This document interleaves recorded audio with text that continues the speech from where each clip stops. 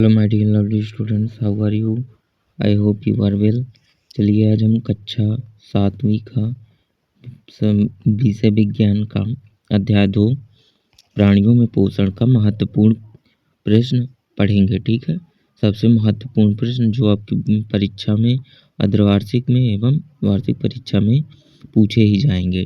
तो चलिए हम शुरू करते हैं इस सीरीज का सेकेंड लेसन। ठीक है, हम इस टाइम पे मोस्ट इम्पॉर्टेंट क्वेश्चंस की वीडियो बना रहे हैं आपके लिए, जो आपके परीक्षा में आना अनिवार्य है। तो आप जाके और विषयों की और अध्यायों की जाके चैनल पे जाके विजिट कर सकते, देख सकते हो वीडियो। ठीक है, तो चलिए हम अध्याय 2 प्राणियों में पोषण प्रश्न 1 से चालू करते हैं। सबसे पहला नंबर प्रश्न है, सही विकल्प चुनकर लिखना है। नंबर 1 है, कोई व्यक्ति उल्टी दस्त से पीड़ित है तो चिकित्सक उसे क्या लेने की सलाह देंगे? नंबर 1 मिठाई, नंबर 2 चॉकलेट, फिर है तीसरा ORS का घोल और डी नंबर है पानी। तो देखो एकदम सरल प्रश्न है ये। कोई व्यक्ति उल्टी दस्त से पीड़ित है तो आप भी जानते हो ORS का घोल दिया जाता है उसको। मिठाई, चॉकलेट या पानी तो वो पीता ही है, तो ये सारी चीज़ें नहीं दी जाएंगी। यदि आपको आता भी नहीं है तो मिठाई, चॉकलेट और वगैरह तो दी नहीं जाएंगी, पानी तो पीता ही है, तो ORS का घोल दिया जाता है। ये है आंसर इसका। फिर है, यदि किसी व्यक्ति में पित्त रस उत्पादन में कमी है तो पाचन की क्रिया, कौन सी प्रक्रिया सबसे अधिक प्रभावित होगी? यांत्रिक पाचन, फिर रासायनिक पाचन, पोषक तत्वों का अवशोषण और डी नंबर है अपशिष्ट का उन्मूलन। तो यदि किसी व्यक्ति में पित्त रस के उत्पादन में कमी है तो पाचन की सबसे अधिक कौन सी कौन सी प्रक्रिया अधिक प्रभावित होती है? रासायनिक पाचन। ठीक है, फिर थर्ड नंबर है, छोटी आंत, क्षुद्रांत की आंतरिक भित्ति पर इधर क्या है, पाए जाने वाले दीर्घ रोम की संरचना पाचन और अवशोषण में उनके कार्य से संबंधित है। तो ए नंबर है, बढ़ा हुआ सतह क्षेत्र पोषक तत्वों के अवशोषण को बढ़ाता है।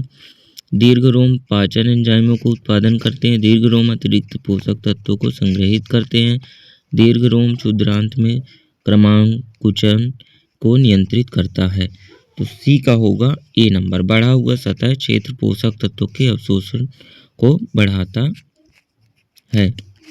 फिर डी नंबर देखते हैं, क्रमांकुचन पाचन में किस प्रकार सहायता करता है? तो नंबर ए है, यह भोजन को रासायनिक रूप से तोड़ता है। बी नंबर है, भोजन से पोषक तत्वों को अवशोषित करता है। सी नंबर है, भोजन को पाचक रसों के साथ मिलाता है। और डी नंबर है, मांसपेशियों के संकुचन के माध्यम से भोजन को पाचन तंत्र में ले जाने में मदद करता है। तो चौथा में, क्रमांकुचन पाचन में किस प्रकार सहायता करता है? तो चौथा का होगा डी नंबर, यह मांसपेशियों के संकुचन के माध्यम से भोजन को पाचन तंत्र में ले जाने में मदद करता है। ठीक है, पांचवा नंबर देखते हैं, क्षुद्रांत पाचन और अवशोषण के लिए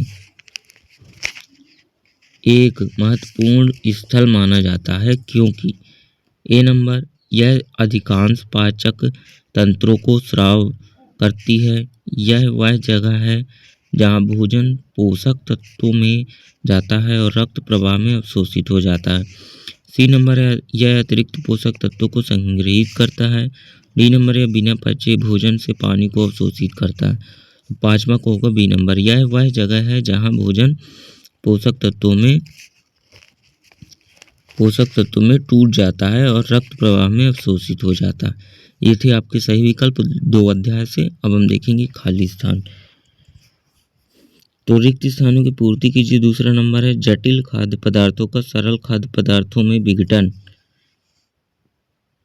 कहलाता है और बीच में खाली स्थान। तो क्या कहलाता है? देखो, जटिल खाद्य पदार्थों का सरल खाद्य पदार्थों में विघटन क्या कहलाता है? पाचन कहलाता है।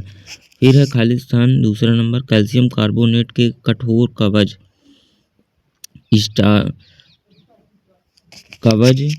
वाले जंतु का आहार करती है।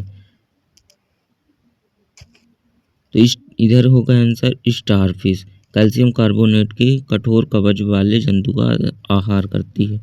फिर थर्ड नंबर है आहार को मुख गुहा द्वारा अंदर लेने वाली प्रक्रिया अंतःग्रहण कहलाती है। अंतःग्रहण, आहार को मुख गुहा द्वारा अंदर लेने वाली प्रक्रिया अंतःग्रहण कहलाती है। ये इसका आंसर है। ठीक है।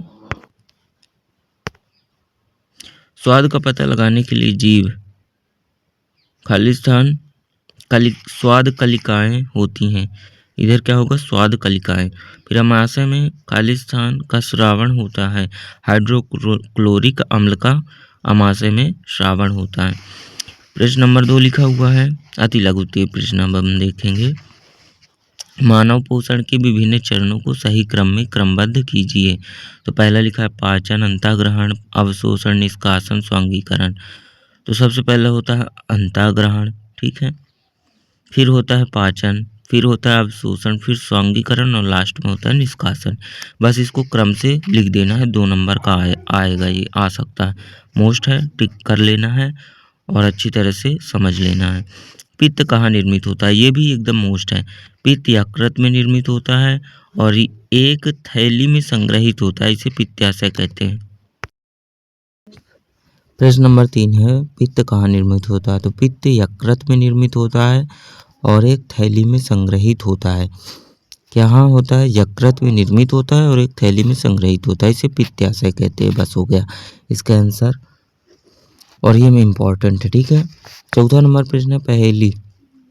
फिर स्कूल जाने के लिए जल्दी जल्दी भोजन खा रही थी, अचानक उसको खांसी उठती है और हिचकी आने लगती है। पहेली के साथ ऐसा क्या हुआ, ये बताना है। तो उत्तर लिखना है, भोजन जल्दी जल्दी खाने से खाने के कण श्वास नली में प्रवेश करने के कारण ऐसा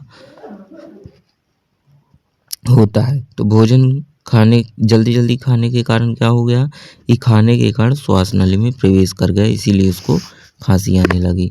ठीक है। फिर लिखा है प्रश्न नंबर 5 में, भोजन हमारे लिए क्यों आवश्यक है? तो इसका आंसर क्या लिखेंगे हम? कि सभी जीवों को वृद्धि करने, शरीर को स्वस्थ एवं गतिशील बनाए रखने के लिए भोजन की आवश्यकता होती है। सभी जीवों को वृद्धि करने, देखो वृद्धि करेंगे कैसे?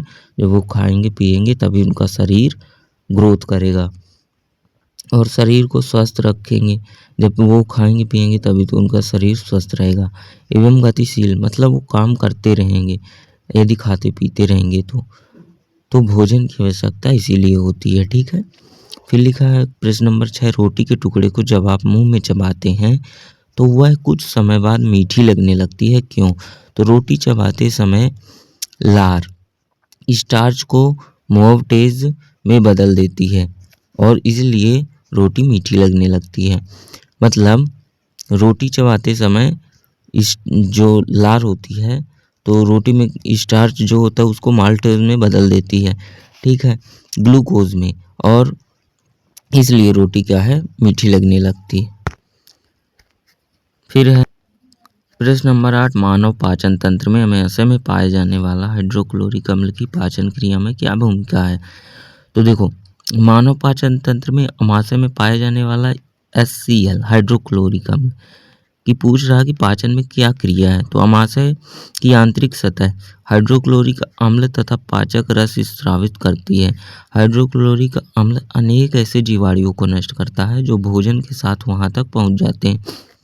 हाइड्रोक्लोरिक अम्ल जो होता है वो एसिड होता है। ठीक है, तो ये क्या करते हैं, अमाशय की आंतरिक सतह हाइड्रोक्लोरिक अम्ल तथा पाचक रस स्रावित करती है। पहले तो बताना कि वहीं से उत्पन्न होता है हाइड्रोक्लोरिक अम्ल। ठीक है, फिर हाइड्रोक्लोरिक अम्ल क्या करता है, ऐसे जीवाणु को नष्ट करता है जो भोजन के साथ वहां तक पहुंच जाते हैं। जो आपके शरीर के अंदर भोजन के साथ मतलब बिना काम के जीवाणु पहुंच जाते हैं, उनको क्या करता है हाइड्रोक्लोरिक अम्ल, जला देता है, क्योंकि यह क्या है, एसिड होता है। फिर प्रश्न नंबर 9 है, दीर्घ रोम क्या है, यह कहाँ पाए जाते हैं एवं इनके कार्य लिखिए, ये भी इम्पोर्टेंट है। फिर लिखा है उत्तर इसका, दीर्घ रोम क्षुद्रांत्र की आंतरिक भित्ति पर अंगुली के समान उभरी हुई संरचनाएं होती हैं जिन्हें दीर्घ रोम अथवा रसांकुर कहते हैं। दीर्घ रोम पचे हुए भोजन के अवशोषण हेतु तल क्षेत्र बढ़ा देता है। दीर्घ रोम पचे हुए भोजन के अवशोषण हेतु तल क्षेत्र बढ़ा देता है। दीर्घ रोम क्षुद्रांत की आंतरिक भित्ति पर अंगुली के समान उभरी हुई संरचना होती है जिन्हें दीर्घ रोम अथवा रसांकुर कहते हैं। दीर्घरोम पचे हुए भोजन के अवशोषण हेतु तल क्षेत्र बढ़ा देता है। ठीक है, आगे लिखा है प्रश्न नंबर 10, यदि मनुष्य के रदनक दांत ना हो तो क्या होगा? यदि मनुष्य के रदनक दांत ना हो तो भोजन को चीरने एवं पकड़ने की समस्या होगी। यह दांत भोजन को पकड़ने एवं चीरने का कार्य करता है। फिर लिखा है प्रश्न नंबर 11वां, दूध के दांत तथा स्थायी दांत में क्या अंतर है? तो हमारे दांतों का प्रथम सेट शिशु काल में निकलता है तथा लगभग 8 वर्ष की आयु तक ये सभी दांत गिर जाते हैं। इन्हें दूध के दांत कहते हैं। इन्हीं दांतों के स्थान पर दूसरे दांत निकलते हैं जिन्हें स्थायी दांत कहते हैं। तो ये भी बहुत इंपॉर्टेंट है, इसको भी याद रखना बहुत जरूरी है कि शिशुकाल के दांत और स्थायी दांत में क्या होते हैं। तो शिशुकाल के दांत प्रथम सेट शिशुकाल में निकलते हैं, ठीक है, जो 8 वर्ष तक निकल जाते हैं। फिर इन्हें क्या होता है कि फिर इनके बाद नए दांत आते हैं जिन्हें स्थायी दांत कहते हैं, वो जीवन भर रहते हैं। ठीक है, अगला नंबर प्रश्न है कि मानव पाचन तंत्र का नामांकित चित्र बनाइए, उनके मुख्य भागों के नाम लिखिए। तो मानव पाचन तंत्र का चित्र बना देना और लास्ट ये जरूर लिखना है, चित्र मानव पाचन तंत्र, थोड़ा सा अच्छा लगता है। ठीक है, और इसको ध्यान से देख लीजिए और आपके इसमें बनाओगे तो इसको बना लीजिएगा। ठीक है, फिर है इसी में कि मुख्य भागों के नाम भी लिखना है। तो मुख्य मानव पाचन तंत्र में मुख्य भागों के नाम लिख देना है कि आहार नाल, मुख गुहा, ग्रसने, ग्रसिका, आमाशय, छोटी आंत, बड़ी आंत, मलाशय और मलद्वार द्वारा मानव पाचन तंत्र के मुख्य भाग हैं। ठीक है, प्रश्न नंबर 13 है, निम्न पाचन संबंधित क्रियाओं को संक्षेप में समझाइए। तो ये पाचन संबंधी क्रियाएं हैं। अंतःग्रहण, नंबर आ लिखना है, अंतःग्रहण, भोजन का अंतःग्रहण मुख द्वारा होता है। आहार को शरीर के अंदर लेने की क्रिया अंतःग्रहण कहलाती है। फिर बा नंबर लिख देना है, क्षुद्रांत में अवशोषित पदार्थों का स्थानांतरण रुधिर वाहिकाओं द्वारा शरीर के विभिन्न भागों तक होता है, जहां उसका उपयोग जटिल पदार्थों को बनाने में किया जाता है। इस प्रक्रम को क्या कहते हैं? स्वांगीकरण कहते हैं। तो मानव पाचन तंत्र से संबंधित क्रियाओं को 2 आपको लिख देना है बस। ठीक है, फिर प्रश्न नंबर 14वां है, जलाशयों में पाए जाने वाला एक कोशिकीय जीवा अमीबा में पाचन क्रिया विधि को समझाइए। तो अमीबा जो होता है एक कोशिकीय जीव होता है। ठीक है, तो इसके पाचन में होने वाली क्रियाएं बताना है आपको, समझाना है। तो ऐसे चित्र बनाना है, दरकंदक, पादाब, खाद्य कणिका अंतर्ग्रहण, खाद्य धानियाँ, बहिक्षेपित अपशिष्ट। ठीक है, और इसको समझा देना है थोड़ा सा कि अमीबा में अंतःकोशिकीय पाचन होता है। भोजन का पाचन खाद्य रिक्तिकाओं में होता है। भोजन पचाने के लिए ट्रिप्सिन, पिटिसिन, इमाइलेज एंजाइम पाए जाते। बाद में पचे हुए भोजन के अंदर जीव द्रव प्रोटोप्लाज्म में बदल जाता है। ये हो गया, ये भी बहुत इंपॉर्टेंट है, ये आपका 4 नंबर या 5 नंबर पे आ सकता है। ठीक है, और मानव पाचन तंत्र का चित्र आ सकता है 4 नंबर या 5 नंबर में, तो बहुत ही इम्पोर्टेंट है, याद रखना है। दांतों की व्यवस्था तथा विभिन्न प्रकारों के दांतों के नामांकित चित्र का एवं कार्य लिखिए। तो ये आपका अर्धवार्षिक परीक्षा में आ सकता है, लेकिन ये आपसे वार्षिक परीक्षा में नहीं पूछा जाएगा, लेकिन फिर भी आपको इसको पढ़ लेना है। तो चर्वणक, अग्रचर्वणक, रदनक, कृतंक, तो ये दांत का चित्र बना देना है आपको, दांतों की व्यवस्था तथा विभिन्न प्रकार के दांत। ठीक है, तो दांतों की व्यवस्था एवं विभिन्न प्रकार के दांतों का नामांकित चित्र हो गया, तो ऐसे बना देना है आपको। तो अब दांतों में आगे लिखना है क्या? कार्य लिखना है। हमारे मुख में लाल ग्रंथि होती है, जो लाल ग्रंथि होती है। ठीक है, तो जो लाल रस स्रावित करती है। क्या आप जानते हैं कि लाल रस का भोजन पर क्या प्रभाव पड़ता है? आइए इसका पता लगाएं। दांत के प्रकार एवं उनके कार्य, तो ये ज़्यादा इम्पोर्टेंट नहीं है दांत वाला, आपकी वार्षिक परीक्षा में नहीं पूछा जाएगा। आगे देखते हैं प्रश्न नंबर 15वां, ग्रसिका में भोजन की गति का नामांकित चित्र बनाइए। तो ग्रसिका में भोजन की गति कैसे होती है, इसका चित्र बस बनाना है आपको, तो ऐसे बना देना है और इधर भोजन, ग्रसिका, आमाशय बता देना है। ग्रसिका में भोजन की गति चित्र लिख देना है आगे, रसिका में भोजन की गति। फिर लिखना है 12 नंबर है घास खाने वाले जंतुओं में पाचन का नामांकित चित्र बनाइए। तो घास खाने वाले जंतुओं में पाचन, तो घास खाने वाली गाय हो गई, तो इसका चित्र बना के और इसका पाचन का नामांकित मतलब नाम अंकित कर देना है आपको, ठीक है। किसी रोमंथी का अमास है, मतलब किसी गाय का अमास है लिख देना है आपको, बस नॉर्मल से। तो ध्यान से देख लीजिए, अच्छे से आ सकता है बट आएगा नहीं ये भी। तो चलिए इस तरह पार्ट 2 आपका समाप्त हुआ। मोस्ट इम्पोर्टेंट क्वेश्चन जो हमने बताया उसमें से 100% है कि आएंगे ही आएंगे, ठीक है। तो आपको अच्छी तरह से रिवीजन करके जाना है, अच्छे से पढ़ाई करना है और आगे की वीडियोस आपको मिल जाएंगी चैनल में, तो जाके आपको देखना है, ठीक है। Okay bye, thank you. मिलते हैं नेक्स्ट वीडियो में और थर्ड लेसन ऊष्मा लेकर, ठीक है। ये ऊष्मा है ना, अध्याय 3 इसको लेकर मिलेंगे, ठीक है। तब तक के लिए बाय।